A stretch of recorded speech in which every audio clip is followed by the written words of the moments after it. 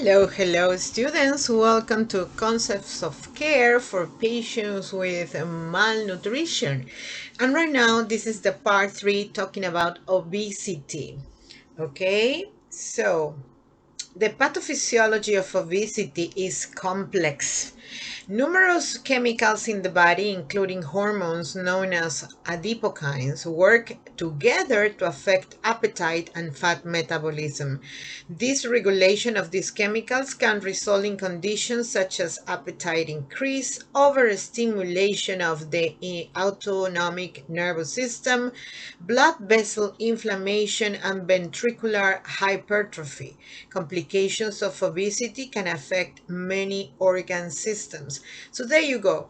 You're going to have your hormones, adipokines, that are working together to promote fat metabolism. And also, you're going to have increased appetite, overstimulation of the autonomic nervous system, blood vessel inflammation. Remember that the vessels are permeable and they are elastic, and the obesity, the fat inside of the vessels, is going to make these vessels to be hard. Okay, ventricular hypertrophy, especially the left ventricle. Okay. um okay, so the terms obesity and overweight are often used interchangeable, but they refer to different health problems. In both problems, the patient often has not consumed enough healthy nutrients to achieve adequate nutrition and has an abnormal or excessive amount of fat accumulation. Overweight is reflected by a BMI, body mass index, of 25 to 29. So we already reviewed that on part 1 of this chapter. Obesity is reflected by a BMI of 30 or above. So I was telling you, actually the overweight is 25 to 29.9 and obesity is 30 or above. I told you that whenever you take the weight of a patient, always take the weight without shoes, because there is a very thin line between overweight and obesity. And if you don't want the patient to lose the motivation to keep working on a healthy lifestyle, and you take the weight with shoes, probably the patient is going to still see itself in the obesity segment instead of being overweight if the patient lost weight already. Okay, so common complications of obesity: we have the cardiovascular, um, hyperlipidemia, of course, the high intake of fats, hypertension, because the veins and arteries are going to be hard due to increased levels of sugar and fat, peripheral artery disease. In the endocrine, we have the insulin resistance, which is related to diabetic type 2. We have the metabolic syndrome and type 2 diabetes. So metabolic syndrome, this is a concept that I love. It helps us in many ways to demonstrate, to explain the patient the concept of their health, right? The status of their health. So the metabolic syndrome, I have here this link and we are going to go over it. Okay.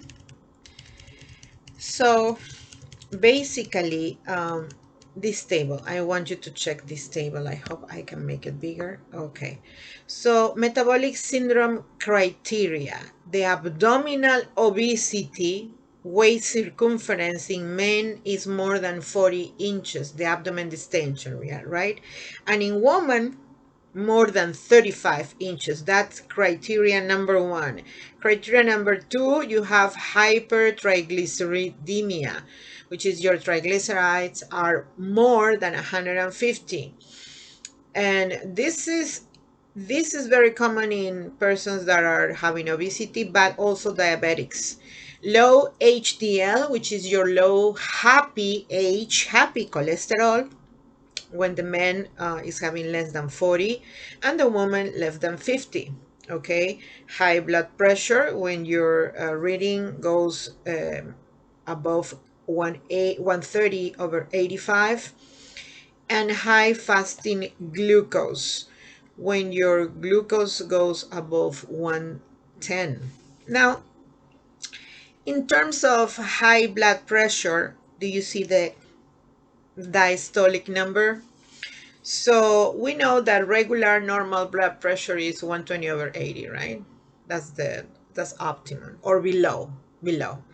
So when we see 85, and also when the patient reaches 90 in the diastolic, 90 is telling me that there are problems in the left ventricle. Okay, heart problems, left ventricle.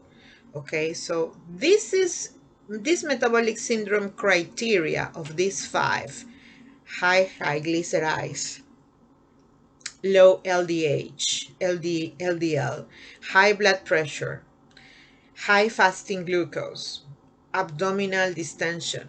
Okay, it's very common between overweight and obese. What is going to happen with the metabolic syndrome? The patient is going to have a lot of comorbidities. Okay, that's something that you need to consider. Put yourself in the evaluation table and try to see if you are meeting that criteria. Is very dangerous. Gastrointestinal, patient can have cholelithiasis, which is the stones of formation of stones in the gallbladder. Genitourinary reproductive, erectile dysfunction in men, menstrual irregularities in women, urinary incontinence. In terms of integumentary, delay wound healing because the sugar levels are high, and you know that also you are susceptible to infection because bacteria loves sugar. So if you are diabetic, a patient that is diabetic and they are having wounds or they are post-operative, the risk for infections are very high. Musculoskeletal, chronic back or joint pain, early onset of osteoarthritis. We went over these concepts during the semester. Neurologic, they can have a stroke. Remember that the arteries and veins in the brain are very thin, tiny. So if you're having this vein full with cholesterol and sugar, there you go. You can have a stroke. Psychiatric, depression, right? Because the nutrients in the vein and arteries and even in the nervous system are going to be contaminated of all this fat, sugar. Okay, so depression is going to come. Respiratory, obesity, hypoventilation syndrome, obstructive sleep apnea. Okay, obesity is subclassified into three categories. You have class 1, BMI 30 to 35, class 2, 35 to 40, and class 3, 40 or higher. Sometimes it's called extreme or severe obesity. This is very important. The distribution of excess body fat rather than the degree of the obesity have been used to predict increased health risk. So the distribution is something that you need to pay more attention in comparison to the degree of obesity. The waist circumference is a stronger predictor of coronary artery disease than is the BMI, meaning the abdominal distension, right? So you have a diabetic patient that is coming for follow-up. The patient enters the room and you notice the abdominal distension. Immediately, you can confirm that the diabetes is not under control. Okay, it's not controlled. So the abdominal distension tells you the hyperlipidemia, high triglycerides. Okay, as soon as you see the patient, you don't need to do blood work. Waist circumference greater than 35 in women and 40 indicates obesity.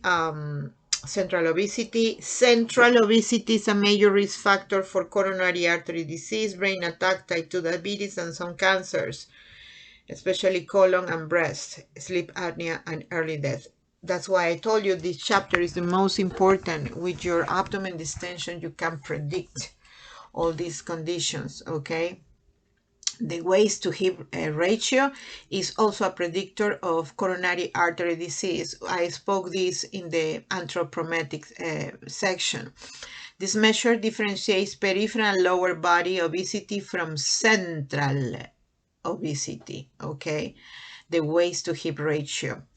A waist to hip ratio of 95 or greater in men, 0.8 or greater in women indicates android obesity with excess fat at the waist and abdomen. So any patient that you see with abdominal distension, high risk for coronary artery disease. And not only that, you're going to start hearing how difficult it is for this patient to breathe. It's going to make a lot of effort to breathe because that adiposity in the abdomen is leaving the lungs with a very small space to expand, okay? The abdominal distension is making pressure up in the diaphragm, leaving the lungs with problem to expand. And the blood pressure is going to reflect the diastolic between 85 and above 90, which is going to let you know that there is a problem with the left ventricle, okay? Etiology and genetic risk. Genetic and behavioral factors, high fat and high cholesterol diets are complex interrelationships. Saturated fat, which increases low density, lipoprotein, LDL, LDAC for low density lipoproteins, cholesterol, trans fatty acid, saturated fats, and cholesterol are linked to a higher risk for heart disease. By contrast, monounsaturated and polyunsaturated fats are healthy fats. Okay, you need to look for your LDA less than 100, okay? And your happy HDL, in men, it has to be above 40, and in women, above 50, okay? Physical inactivity has been identified as another cause of overweight and obesity. Drug therapy also contributes to obesity when prescribed medications cause weight gain when they are taken on a long-term basis. For example, corticosteroids, we know that, estrogens, NSAIDs, antihypertensive, antidepressant, and other psychoactive drugs, antiepileptic, and central oral antidiabetic agents. Here, I gave you a link to understand much better the concepts of monounsaturated fat and polyunsaturated fat. They are good fats, but they are not the same. So you can go over and review this website with the full description, and also is including the type of foods that are high, for example, in polyunsaturated fats like sunflower seeds and flax seeds, your cooking oil, including corn oil, sunflower, and soybean. I am not fanatic of this oil. I will strongly recommend extra virgin olive oil because of the ingredients and how this oil is able to move the fats that are already within the arteries and veins and get rid of them. The omega-3 fatty acids in fish, seeds, walnuts, algae. Okay, take a look to this website. In terms of your monounsaturated, you have your olive oil, sesame oil, canola, peanut butter, nuts, avocados, olives, sesame seeds. Okay, so take a look at this and start making changes in your diet little by little, one day at a time. You can start changing.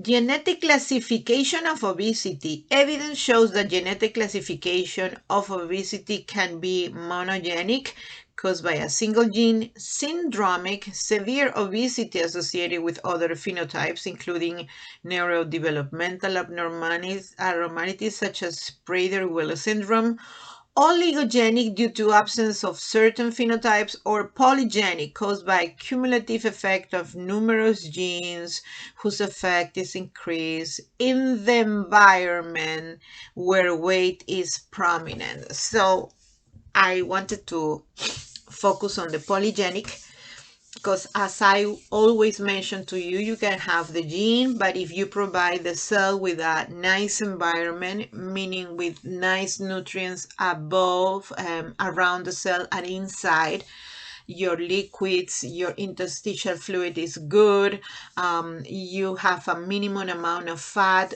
around the cell, so the gene is not going to be able to cause these terrible effects if we have the gene surrounded by unhealthy cells.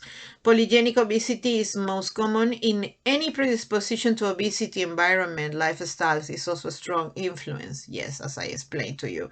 Encourage patients to focus on lifestyle modifications that are within their control, even if they believe genetic is the root cause of obesity. That's the most important concept. I will because so many obese patients, they feel frustrated because they see their whole family is overweight or obese, so then they strongly believe it's a genetic and they lose hope to become healthy someday. So no, you have to educate the patient, refer the patient to the appropriate specialist, the nutritionist, physical therapy, go to the gym, special websites. There's a lot of free exercises right now in YouTube. There are routines and, tons of video that they can practice for free. They don't need to register in a gym at the beginning when they are overweight or obese. They just need to start regular activity, and after that, in a few months later, when they have a better shape and they are more strength, then can they start a gym. Healthy People 2030 nutrition objectives is to reduce the proportion of adults with obesity in collaboration, and this should be an objective worldwide. As I told you, we have 1/3 of the 8.1 billion people in the world with overweight and obesity issues. In collaboration with the registered dietitian nutritionist, the importance of weight management and physical activity to improve health. Even a 5% weight loss can drastically decrease the risk for coronary artery disease. Let's say a patient is at 200 pounds, okay? 5% would be 10 pounds, 5 pounds, okay? So 5 pounds is would be your 5%, right? Yes. 10% would be 20 pounds. No, 10 pounds would be your 5% in that case, right? So little by little, they can decrease the risk for coronary artery disease and diabetes mellitus, and especially if those pounds are being reduced in the abdominal area. Okay, it's as simple as walking 20 minutes a day. Meeting Healthy 2030 select objectives and targets for adult nutrition and healthy eating. So you have all these recommendations in terms of vitamins and minerals, right? Your vitamin D is very important, potassium, fruit, calcium. Vitamin D not only helps in for the health of the bones, but also in depression. Decreased consumption of these items in people aged 2 years and over, added sugar, saturated fats, and sodium.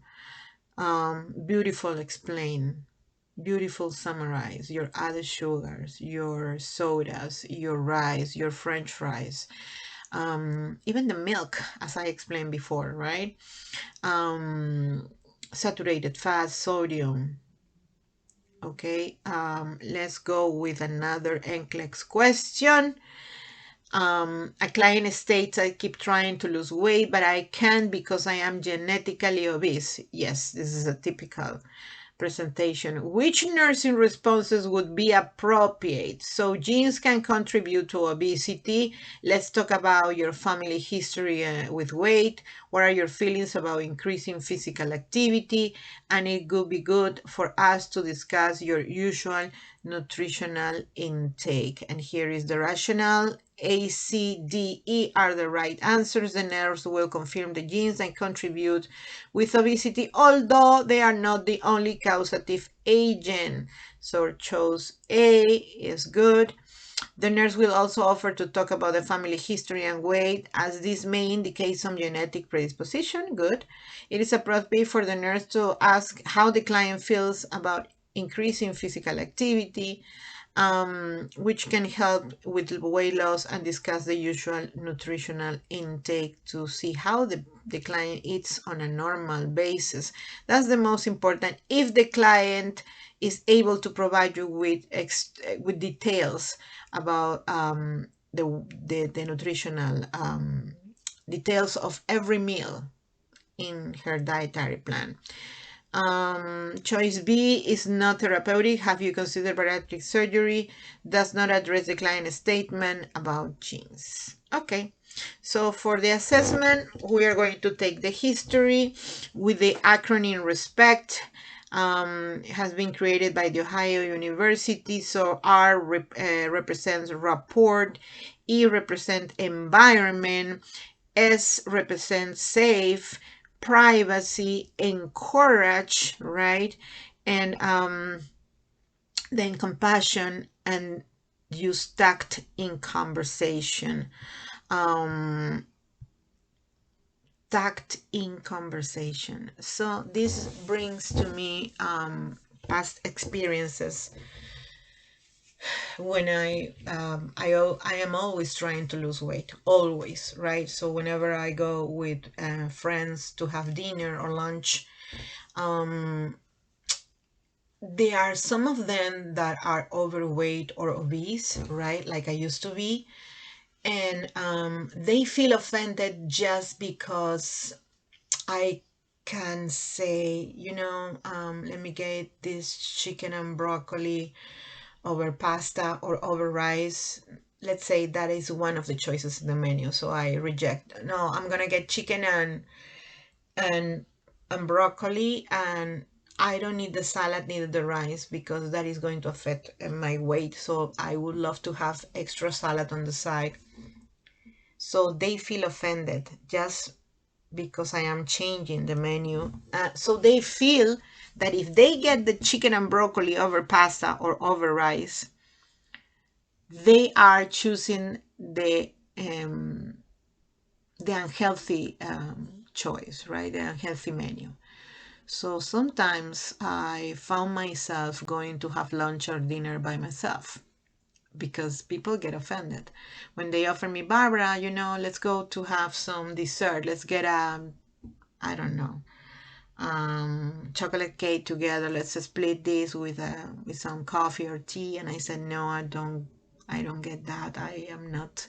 Maybe I will order fruit, or maybe I'm going with you with my coffee and my tea, but I have my apple here in my bag. So they will feel uncomfortable. So you need a lot of tact with these patients and friends and family.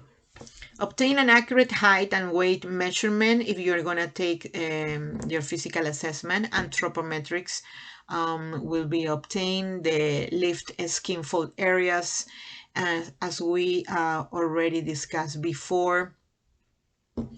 Also psychosocial assessment, what prevents you from losing weight. What do you think will motivate you to lose weight? Those conversations needs to be done in the best moment. Not every moment is good to speak about weight loss. That's what I figured out. And I'm going to repeat in this last part. Please count how many times when I'm talking about nutrition and gastrointestinal issues, and this has a relationship with depression, anxiety, or mental psychosocial issues. Okay, so if you need extra tact to talk about weight loss with somebody, means that that person is not handling well the conversation. There is an issue there going on. Okay. If the patient reports depressed symptoms that have occurred consistently, you see, depressed, psychosocial, psychological, these symptoms that had occurred for more than 2 weeks that impact performing ADLs, activities of daily living, refer to a mental health care professional. Okay, so the hypothesis, the analysis, we need to work on weight gain, which stresses all vital organs due to excessive intake of calorie. Planning and implementation: if the patient with obesity is hospitalized, an appropriate bariatric care room is important in the provision of high-quality patient-centered care, whether non-surgical or surgical management is planned. The patient with obesity is expected to return to a normal BMI while consuming dense nutrients that meet metabolic needs without overeating. The non-surgical management, weight loss may be accomplished by nutrition modification with or without the aid of drugs, and in combination with a regular exercise programs. Right now in the US, we have plenty of activities that are free in the parks, and they are the budget from the state and the federal are supporting this activity. So you can look in those activities, you can look in YouTube. There are plenty of videos. There is this lady that promotes walking in YouTube, and she has different sessions of walking for 30 minutes, 1 mile, 3 miles walking, 1 hour, 45 minutes. And she has like millions, 92, 93 millions of viewers in this practice. Okay. Criteria for a bariatric room: you need a designation specifically for bariatric care. Here you go, they are giving you the floor area, how the entrance should be, clearance, bedding, hand washing station, all the requirements in the bariatric room. Okay. So for this type of option, a patient is going to be candidate for bariatric surgery when repeated failure of non-surgical intervention took place, a BMI equal or greater than 40, weight more than 100% above ideal body weight. So I have to say something about this. I've seen very young patients, 18 to 20, that they are coming to the primary care and they are trying to demonstrate that they did several diets and these non-surgical interventions worked. So their objective is to get the bariatric surgery. Some of them, they are overeating in order to reach the BMI of 40 and above, believe it or not. And these patients, they don't understand that if they get the bariatric, they are going to have big part of the stomach to be removed. So they are going to have problems with B12. And in the future, also this is going to affect your fluid and electrolyte balance. So it's very sad to see these patients trying to get the bariatric surgery because the pressure of the friends, right, that you need to look nice, and they put in jeopardy their own health. This is going to happen. Now, on the other side, my understanding is that the healthcare system is analyzing to drop the BMI in order for diabetics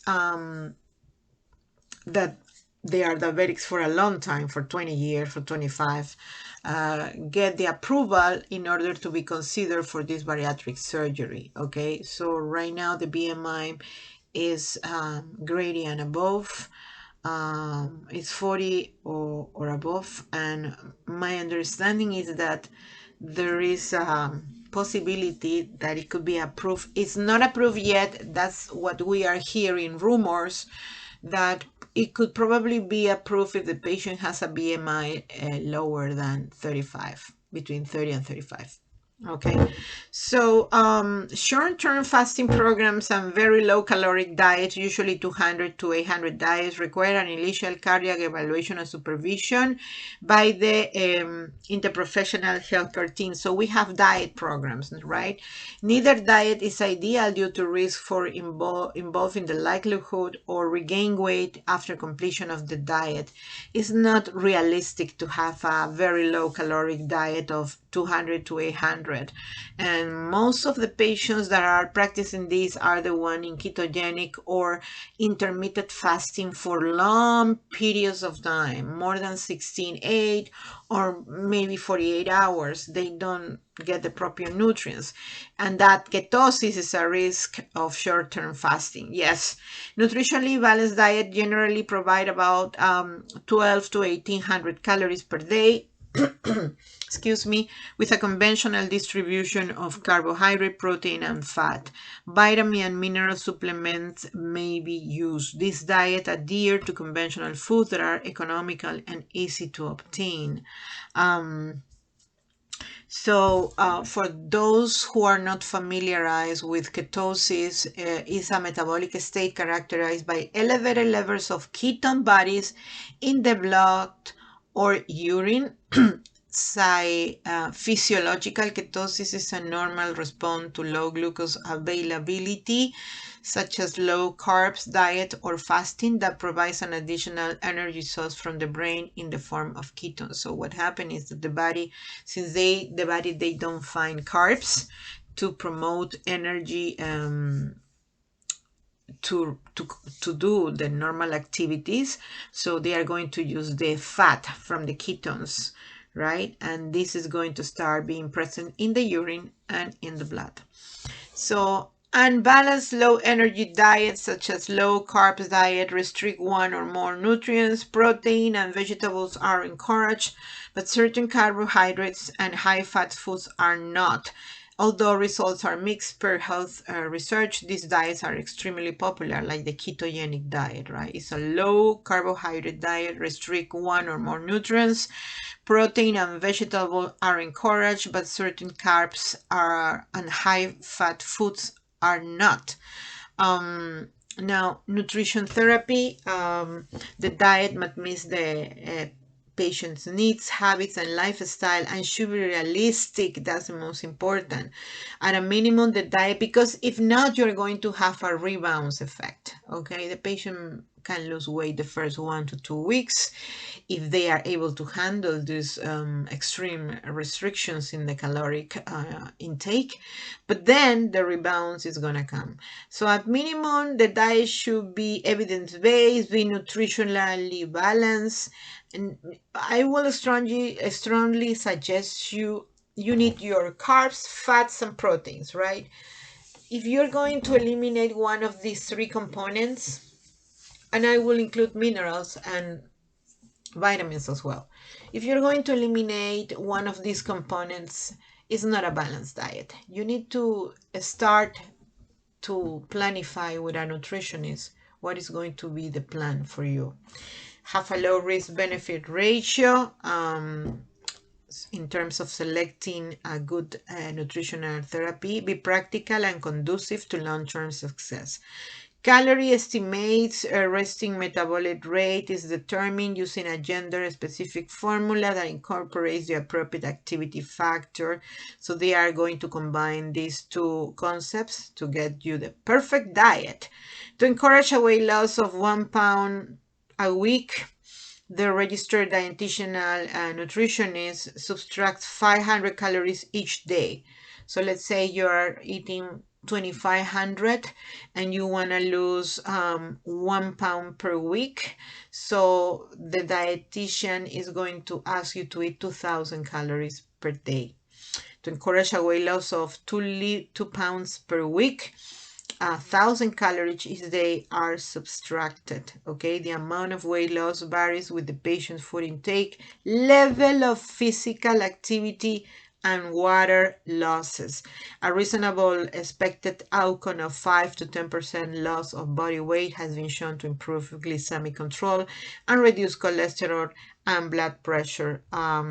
A parenthesis here, when I got my doctorate, I was taking care of patients who were cancer survivors, and they were overweight, and the diet we practiced was the Mediterranean diet, and the objective, it was a 12-week plan. It was to lose 2 pounds per week, so they don't have the recurrence, because remember, obesity at the end can cause cancer. In these cases, recurrence, right? They were cancer survivors, breast cancer survivors. So the plan was very successful. We have different patients from different backgrounds, African American, Latino, Philippines patients. So we adapted the diet, the Mediterranean, to their needs and habits, and it was extremely successful. Patients ended up losing more than 30 pounds in these 10 weeks. And they also started physical activity. We started walking, and then for 20 minutes, then 30, then 1 hour, and then we had the pandemic at that time, so we're practicing walking through Zoom. It was very interesting, very motivational, and I was very happy. This was 5 years ago. So far, none of my participants have regained weight, because you teach them the proper way how to modify their diet. And so far, I am happy to learn and to know that they didn't have any recurrence in breast cancer. Okay, so table 52.4, we have common examples of drug therapy for overweight and obesity treatment. I am going to go through and present this. However, please notice the problems, the complications. For bupropion naltrexone, patients with under control hypertension, seizure, anorexia nervosa, bulimia, they shouldn't take these drugs. Patients taking bupropion should not take this drug. Cumulative doses can increase risk for side effects, suicidal ideation. This can develop due to the antidepressant effects. So again, how many times I am making a correlation between mental state, psychosocial, psychological, and GI, nutrition and GI, okay? Even the medications are affecting and are related to this. So they are working in your psyche in order to make you lose weight. Liraglutide, for this medication, please monitor your liver enzymes, and there is a high risk for pancreatitis with this drug. Patients taking insulin should not take this drug. It's so easy. Change your diet, do extra physical activity.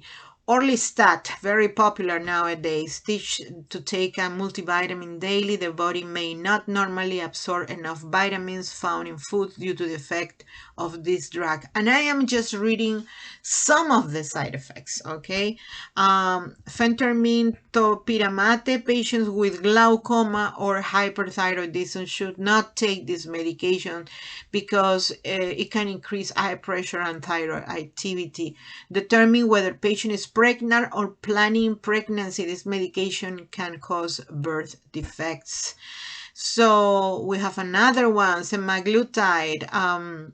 Monitor your liver enzymes, thyroid panel. This medication can increase the risk for developing pancreatitis.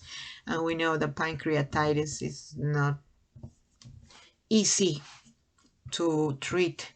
Setmelanotide, teach that sexual function may change while taking this medication. Priapism, which is the erection in the case of male, and this is going to happen for long periods of time, okay?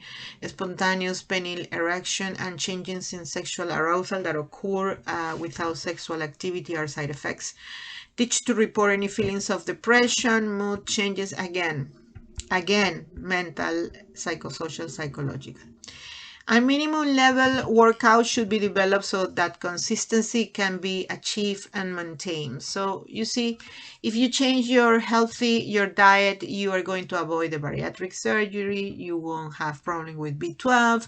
You don't have to take these medications that are going to cause changes in your liver enzyme, causing changes in your mental state. Okay, so just change your diet, talk to a nutritionist, start your physical activity, and you're going to be in good shape. You're going to avoid a lot of comorbidities. Drug therapy for medication were approved for overweight and obesity treatment. And the PCP will determine if these drugs are appropriate. Cryolipolysis is a non-surgical procedure, also known as fat freezing. It is not meant for people with overweight and obesity because it is used primarily for removal of small amounts of excess fatty tissue that cannot be changed by diet or exercise.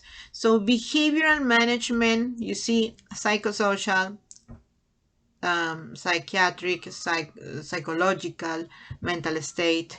Keeping a journal of food eaten, food diary, exercise or activity patterns, and emotional and situation factors. Cognitive restructuring involves modifying negative belief by learning positive coping self statements. So now I'm going to share, when I was doing my capstone for the DMP, as I told you, it was based on breast cancer survivors. We were able to make them lose weight. In 10 weeks, they lost 30 pounds. So I was supporting them, checking every single meal, each of them. Show me the picture. Let me see what you're eating, breakfast, lunch, and dinner. Okay, but besides that, we were having one-to-one sessions where I was with a psychologist, and we were trying to see where this habit of the malnutrition of your the problem with your diet started. So in many cases, this started in the childhood. As I told you, from 0 to 7 years old, you are creating memories, okay, in the self of the patient. But besides that, some of them, they were having issues when they were 12, 14 years old. They were having this sexual, they were having problems with rape. And in order to relieve some of this depression and anxiety, they started the eating disorder. Some others, they saw their parents getting divorced at the age of 18, so they eat to compensate, right? This lack of love, these emotional issues. Some others, they were having pregnancy and the partner just was not responsible, so they were single mothers. So it's a emotional, psychological issue. You need to get deep into this. Probably first step will be to not only go to the nutritionist, but also to start therapy to work on that, and the results are going to be good and long lasting. Okay, oral super absorbent hydrogel. What is this? A small capsule taken orally with water before meals. The capsule disintegrates in the stomach and releases super absorbent hydrogel particles that absorb water, which expand to take up to 25% of total gastric volume. That's good. The particles also absorb food, which contribute to fullness. They break down in the colon, release water that is reabsorbed into the body and then excreted in feces. Complementary and integrative health, acupuncture, acupressure, Ayurveda, hypnosis. Hypnosis is going to help you to, sometimes patients are reluctant to speak about their psychosocial problems. You can get to that issue via hypnosis. It's really good. Now, acupuncture works wonders. I've seen it. Unfortunately, not all the insurances cover the acupuncture. Acupressure also is very important. There are certain points in the body that can help you promote metabolism. Ayurveda is a combination of holistic approaches. If you are really interested, there are many courses of Ayurveda, which is a Hindu approach in the Hindu medicine, right? For me, this is one of the best recommendations. If you are, because you will learn how your body works, you will understand your body, the behavior, what motivates you to eat, and what food. They are going to teach you everything. Really, if you have the interest into learning some integrative health courses, register for Ayurveda. Surgical management, liposuction is good. It's a temporary solution, but the rebounds will happen if the patient didn't correct the psychosocial, psychological part, and they didn't correct the lifestyle changes. Although the patient appearance may improve, if gait weight continues, the fatty tissue will return. And sometimes when this fatty adipose tissue returns, it's going to cause deformities. I've seen a patient done the liposuction in the abdomen, and 2, 3, 4 years later, they are having like kind of mass on a specific areas, especially on the flanks. Bariatric is a branch of medicine that manages patients with obesity and its related diseases. Certain adults may be considered for this type of weight loss surgery. And we spoke about the criteria to be eligible: do not respond for traditional interventions, have a BMI of 40 or graded, have a BMI of 35 or graded with other health risk factors. There you go. So there, it was already approved. See, since this is in the book, it was already approved. 35 or graded with other health risk factors like diabetes.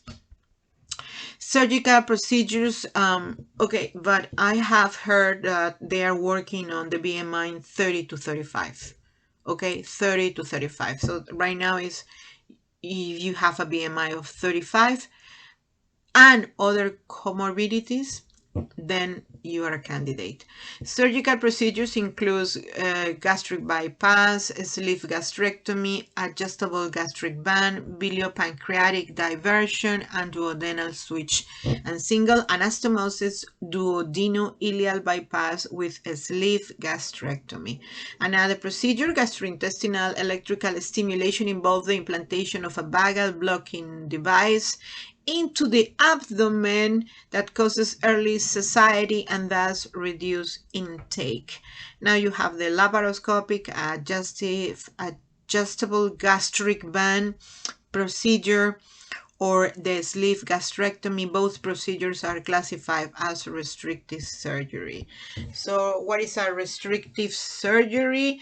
Is to reduce the size of the stomach to promote the feeling of fullness, leading to weight loss, thus reducing the amount of food intake. Yes, this is basically the concept of bariatric surgery, right? But probably you may heard that all those patients under bariatric surgery ended up with long-term counseling from psychologists, right? It's part of the treatment of bariatric surgery. Again, I'm telling you, there is a huge component of psychosocial, psychological, mental in your nutritional and gastrointestinal health. Preoperative care, some surgeons require a specific amount of weight loss before bariatric surgery to minimize complications, because think about it, they want to do a laparoscopy, but that's the procedure that they are trying to do the most because it has less complication. But if the patient has a huge abdominal distension, trying to manipulate the instruments through those little incisions is going to be hard due to amount of fat, right? So patients also have a thorough psychological assessment again, and testing to detect depression, substance abuse, or other mental health, behavioral health problems that could interfere with success after surgery. I told you there is a huge component. Operative procedures, gastric restriction surgery. In a banding procedure, the surgeon places an adjustable band to create a small proximal stomach pouch through a laparoscope. So here I'm going to play a video about choosing the right surgery based on the patient's condition. Okay, let's watch this really quick. I always select videos that are short, guys. Okay, let's see.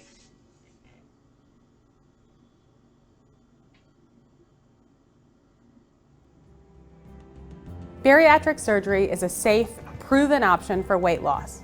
We perform our procedures laparoscopically, meaning through smaller incisions on the abdominal wall.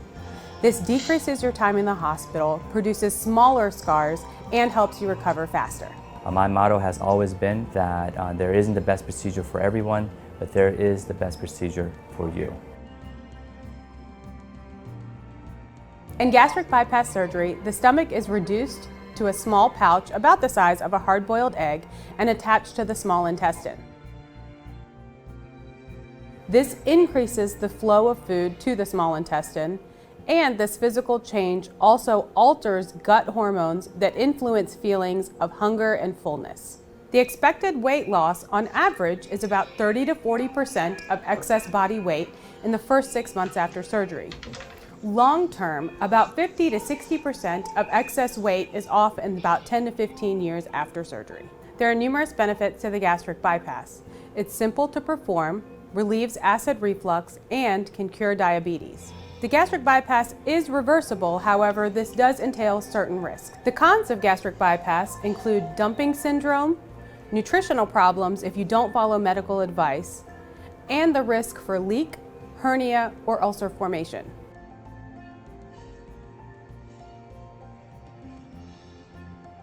In this operation, we remove part of the stomach, about 4/5 of it, to reduce it to a sleeve. We preserve a valve that's called the pylorus, and that has certain advantages in that it prevents dumping as well as ulceration. The expected weight loss with this operation is about 70% long term. It's the most effective weight loss operation in terms of how much weight a person loses, as well as it's the most effective weight loss operation for diabetics. The operation itself allows a patient to be able to eat more food. The main disadvantages of this operation are patients can be at risk for having vitamin deficiencies, and they have to take special vitamins that might cost more. In addition, if they're not compliant with their diet, they might have excessive diarrhea and foul-smelling stools. The duodenal switch is a more complex operation, and traditionally the complication rate of this operation has been higher than the sleeve gastrectomy or the gastric bypass. I have been performing this operation for 20 years, and now we have significant expertise with this to be able to offer the operation safely. One of the procedures that we offer is the sleeve gastrectomy, in which 80% of your stomach is removed from your body. The operation works by allowing the ingested food to bypass the stomach and get into your small intestines faster. This quick passage of food into your small intestine is what drives the neurohormonal changes that helps with weight loss. The sleeve gastrectomy allows you to lose anywhere from 50 to 70% of your excess weight. It is the most commonly performed procedure in the US right now. The benefits of the procedure involves the simplicity of the operation, in which it is a relatively quick operation. You can have this operation and not have the fear of developing an ulcer as a result. The other advantage, as opposed to a gastric bypass, is that there is no dumping syndrome. The disadvantages of the sleeve gastrectomy is that the operation does not confer as much weight loss as the other procedures. Another disadvantage is that it is not the most effective therapy for diabetes. Your sleeve stomach may also stretch over time, and this may lead to weight regain. Last but not least, even though the sleeve gastrectomy is the least invasive procedure that we perform, it does still have a risk of leak because there is stomach stapling involved. This is an irreversible procedure. In terms of which procedure we will ultimately perform, this would depend upon considering your goals, including the number of pounds that you want to lose, or some of the medical conditions that you may want to resolve. That we have to take in hand with your medical condition, your surgical history, along with some of your social history, which includes cigarette use, any occupation, or social preferences. And after we kind of put all that into a pot, and we make the best decision on which procedure may be the best for you. Okay, thank you very much. So this was a great explanation and a great video, so you can see all types of bariatric and gastric surgical options.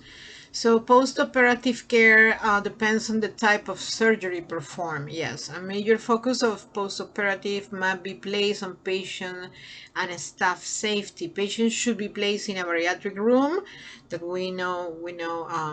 we described before. Always use additional personnel when moving the patient. That is why staff safety is crucial, because you don't want your staff that is going to have problem in the lower back, right, if they don't do proper body mechanics, right. We are talking about patients that are really heavy and they are having a lot of tubes post-surgery, okay, and probably they are having a lot of IVs going on. Patients should be placed in a bariatric room. Ensure that the side rails are not touching the body because they can cause ulcer injuries. Pressure between skin folds and tubes and catheters can also cause skin breakdown. Monitor the skin in these areas and keep the skin clean and dry. So here you have the explanation of all the surgeries that we just went through in the video. Patients who have undergone bariatric surgery are at risk for anastomosis leaks. That's important. That needs to be monitored because you don't want to have peritonitis or any other type of infection. Patients may use patient-controlled analgesia, your PCA pump, with morphine for up to the first 24 hours. All patients receive oral opioid analgesic agents, liquid form when possible, as prescribed after the PCA is discontinued. So clear liquids, I will suggest you to verify the medication in the PCA pan with 2 nurses, you and another nurse, okay? Always protect your license. And since we are short in nurses in the whole country, sometimes we do activities very fast. We are in a rush all the time, right? But it's important to protect your license. But first of all, it's important to protect patient safety is first, right? Clear liquids are introduced slowly if the patient can tolerate water. Patients are discharged on full liquids. Puree foods follow in about a week, with each meal consisting of about 5 tablespoons of food. And that's good to know, okay? 5 tablespoons of food. Some patients who undergo bariatric surgery have a nasogastric NG tube put in place, especially after open surgical procedures. We spoke about the NG tube care a lot. Never reposition the tube because its movement can disrupt the suture line. The NG tube is removed on the second day if the patient is passing flatus, and that's good to know as well. So many patients who do lose weight often regain it, as I was explaining you, the rebound effect.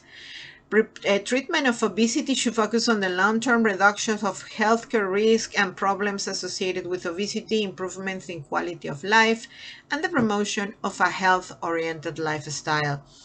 Care for a patient after bariatric surgery. You have to place the patient in a semi-fallow position in order to improve breathing and decrease risk for sleep apnea, pneumonia, and atelectasis.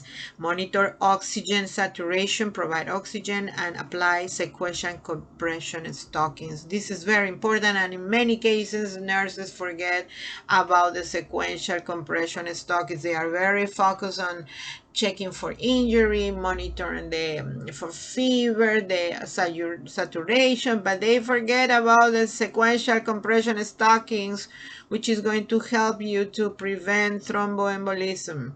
Okay, gastrointestinal care. Apply an abdominal binder to prevent wound dehiscence for open surgical procedures. Extremely important. Observe for signs and symptoms of dumping syndrome. Provide 6 small feedings. Is dumping. Dumping is not dumpling, okay? Many of you keep verbalizing this. Dumpling syndrome is not, it's dumping, okay? Dumpling syndrome is the one you have because you are eating too many dumplings in the street, okay? Provide 6 small feedings, clear and then full liquids as ordered, and plenty of foods to prevent dehydration in collaboration with the registered dietitian nutritionist. Measure and record abdominal girth daily or as per order so you can identify if there is any collection of fluid or abdominal distension.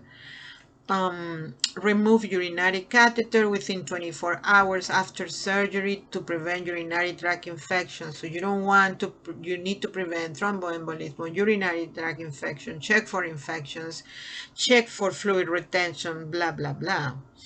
So critical rescue and anastomotic leaks are the most common serious complication and cause of death after gastric bypass surgery. The leaks. Recognize that you must monitor for symptoms of this life-threatening problem, which includes increasing back, shoulder, or abdominal pain, restlessness, and unexplained tachycardia and oliguria. That's good to know. NCLEX alert. Home care management, healthful eating pattern. The physical therapist or exercise psychologist recommend an appropriate exercise program, which is the most important. They need to change their diet. They need to change their sedentary activity. They need to become more to become more active. A psychologist may recommend cognitive restructuring approaches that help alter dysfunctional eating patterns. That's extremely important. Plastic surgeries such as paniculectomy, removal of the abdominal apron, or panniculus may be performed if needed after weight is stabilized, usually in about 18 to 24 months. It is a headache to get the bariatric surgery. People only consider the fact that they're going to lose weight, but they need to get the psychological help. The worst part is that you keep going with surgery after surgery to correct the extra skin, to remove the extra skin, surgery after surgery, putting yourself in jeopardy when you just need to correct your healthy, your dietary nutritional habits and promote physical activity. That's it, and be serious about it. Patient and family education. You need discharge teaching topic for the patient after bariatric surgery, and you can go over this. For patients with type 2 diabetes who have undergone bariatric surgery, shared medical appointments can be valuable. This type of appointment involves a group of patients who have undergone the same surgery. The group meets periodically for an extended amount of time with the healthcare provider and interprofessional team to follow up. Remember, sometimes it's hard for the provider because the provider maybe does not have enough tact to address these issues, but if the patient can be surrounded with other patients who went through the same, is going to reinforce this new lifestyle. Self-care management, physical activity plan for patients having non-surgical management emphasize the need to decrease overall fat intake and to avoid reliance on appetite reducing drugs. Yes, keep a food journal. Vitamin and mineral supplements are prescribed after surgery, of course, especially if they have removed the parietal cells in the stomach. You saw the type of surgeries, right? So especially vitamin D and B complex, iron and calcium. And that's it. So let's move to the mastery questions. The nurse is caring for a client who underwent bariatric surgery. Which information would the nurse include in the discharge? Select all that apply. Report back, shoulder, and abdominal pain to the surgeon, right? Each reintroduced meal should contain about 5 tablespoons of food. Please remember this amount, 5 tablespoons of food. So stay hydrated by drinking fruit juice is not a good recommendation, full of fructose. Solid foods can be introduced into the diet in a week. That's not true. It's going to be periodically, first liquid, then puree food, okay, and especially 5 tablespoons of food. Okay, it is not unusual to have little urine output for the first few weeks. No, that's not true. It's not common. That would tell you there is a problem. The nurse has performed a mini nutritional assessment on a client when the malnutrition indicator score is 15. Which action would the nurse take? And the answer is contact the healthcare provider for a nutrition consultation. Okay, and the rationale is because below 17 on the malnutrition indicator score of the mini nutritional assessment demonstrates malnourishment in the form of undernutrition. The nurse will contact the healthcare provider to ask for a nutrition consultation with the registered dietitian nutritionist. Okay, so that's it, nurses. We're done with the chapter concepts of care related to patients with malnutrition. We have analyzed prevention, health promotion. We have reviewed undernutrition, and right now obesity. Thank you so much, and stay tuned for the next lectures. Thank you.